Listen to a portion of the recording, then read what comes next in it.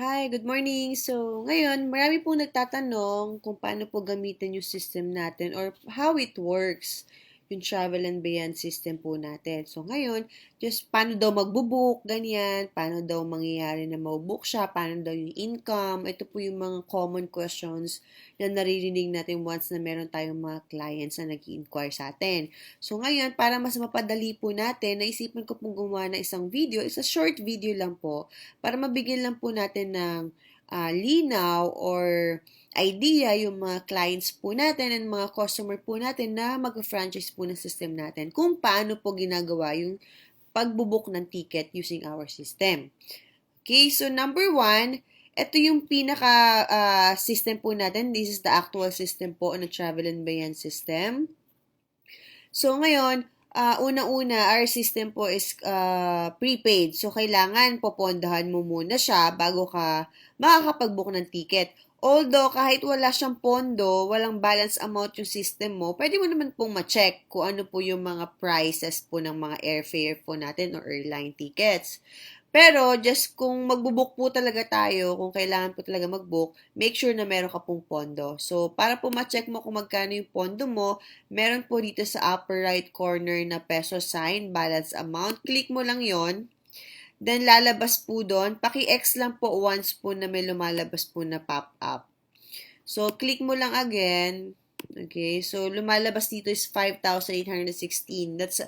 Yan po yung tinatawag po na pondo or balance sa imong account, sa iyong account.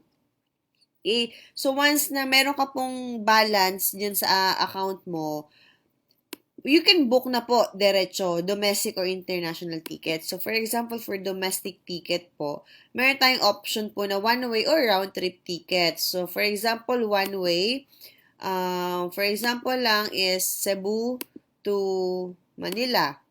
Okay, so kung kailan, for example, July 1. Okay, so kung ilan po yung adults natin, kung meron child infant, kung economy ba or business class, then kung mapapansin mo sa baba ay click all para lahat po ng mga available airlines lalabas po siya automatic.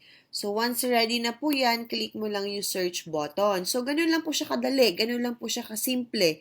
Napaka user-friendly po nung system po natin. Okay, now, so makikita mo, ang unang lumabas po na Cebu to Manila July 1 is Cebu Pacific Airlines po. Ito po yung pinakamura. So, scroll up mo lang siya, Cebu Pacific, Cebu Pacific. Meron po siyang PAL or Philippine Airlines. Okay? So, ngayon, as of that flight po, yun po yung available po natin, Cebu Pacific and PAL. So, don't worry, meron din po tayong mga ibang airlines. We have AirAsia. So, depende lang po yun sa mga flight availables. So, right now, ang available po na is Cebu Pacific, Cebu to Manila. So, July 1. Okay, so ang price po niya or ang presyo po niya is 1,754. So, kung ready ka na or decide ka na, click mo lang yung select button. So, magkakaroon siya dito sa taas. Lalabas siya dyan. Yan. So, selected flights nimo, Cebu Pacific, flight 550. Okay, Cebu to Manila, book now. So, once you click book now, yung lalabas po na next is yung mga details po ni passenger. Yan. So, input mo lang yung pangalan ni passenger. Kung gusto po niya ng additional baggage, so pwede po siyang pumili dito. So, pwede pong 15 kilo, 20 kilo, 30 kilo, up to 40 kilo po yon. So, syempre, in every kilo po, meron pong corresponded na presyo. So, dun po sa 1,700 po kanina, wala pa po dun nasama yung baggage po natin. So, kung wala naman po siyang pipiliin, wala naman po siyang additional. Kung gusto po niyang mag-add po ng travel insurance, pwede po niya i-click yung yes for only 300 pesos or kung hindi naman po, no na lang po siya. Okay? So, ang total po na plane tickets po niya is 1,754.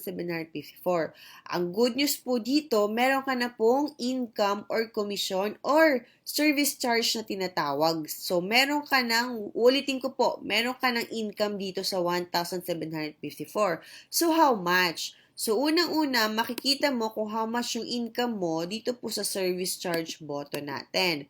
Ito po siya. Ito yung service charge button. So, anytime, pwede mo siyang baguhin. Pwede ka maglagay kung magkano yung gusto mong service charge or commission dito sa domestic or local ticket airlines natin. For example, gusto mo siyang gawing 500. So, anytime, pwede mo siyang i-change. For example, 500 nga. Yan. Okay? So, automatic, it will be updated to your system. Automatic lang po yun. Then, balik ka ulit sa domestic mo, mag-search ka ulit ng na tickets na gusto mo. So, for example, Cebu ulit to Manila, tulad nung kanina lang. So, for example, same date pa rin, July 1. Same pa rin po lahat. So, click mo yung search button. So, tingnan natin kung how much na yung presyo niya after natin gawing 500 yung service charge natin or yung income natin. Okay. So, ngayon, same po. Click lang natin yan. 2004 ang lumabas po na presyo. So, ito yon, Cebu Pacific Flight 550, Cebu to Manila. Ang total po niya is 2004. So, kanina po is 1,007. So, nadagdagan siya ng additional 250. So, ibig sabihin, dito po sa presyo po na to ngayon, meron ka na pong 500 pesos na income. So, maliwanag pa yon sa sikat ng araw. Meron ka na pong 500 pesos. So, once na gusto mo na po siya i-book, i-click mo lang yung book now. Then, automatic lalabas dito yung click mo lang yung agency details mo once na meron ka ng system para yung details mo or contact details mo ang lalabas. Okay? And then sa passenger information, so ganun lang ulit kung merong baggage. Kung wala, okay lang. Kung ayaw po ng travel insurance, okay lang din. So, yan. Automatic. Once na okay na, decided ka na sa book na to, sa ticket na to, so click mo lang yung book. So, I cannot proceed now kasi makakalasan tayo ng ticket. So, syempre, demo purposes lang to. So, ano ba yung itsura ng tinatawag natin e-ticket or yung pinaka-resibo ng tickets po natin? So, anytime, pwede mong i-check yung ticket history mo. So, makikita mo yung mga na-book mong tickets. Kung since na nag-start ka, makikita mo siya. So, dito, ilalagay ko lang yung date na gusto ko kung kailan kami nag-start. Okay, so ako, December 1, try lang natin. So, all booking, lagay mo, and then submit. So, yan. So, ito yung mga tickets na na-books ko, or na-book ko, since na nag-start ako. So, yung latest ko, ito yung ticket. So, click mo lang yan. So, reprint mo lang para lalabas ulit yung ticket or yung e-ticket or yung pinaka-resibo. So, basically, ganito po siya kaganda yung ticket po natin. So, mapapansin mo, yung logo, yung sarili kong logo ang nakalagay dito sa ticket, hindi yung logo ng system natin. Okay? So, ibig sabihin, personalized po siya. Yan. So, ito yung pinaka-ticket. Ito po yung, pwede mo siyang i-print or pwede mo siyang i-send through email or through Facebook Messenger sa mga clients po natin. Okay? So, anytime you can resend it to your clients, hindi po siya mawawala. Nandito lang po talaga siya. So, you can reprint it again and again kung kailangan nyo po siya. Okay? So, yun. Basically, nakuha nyo po kung paano po how our system run. So, ganun lang po siya kasimple, ganun lang po siya kadali. So, hopefully, if you have any questions, please contact the person po na nag-refer po sa inyo sa negosyo po natin. If you have any questions po, you can send us message to our Facebook page, Travel and Beyond, or the Home-Based Business po. And hope to be your partner soon. So, thank you so much. To God be the glory and bye-bye.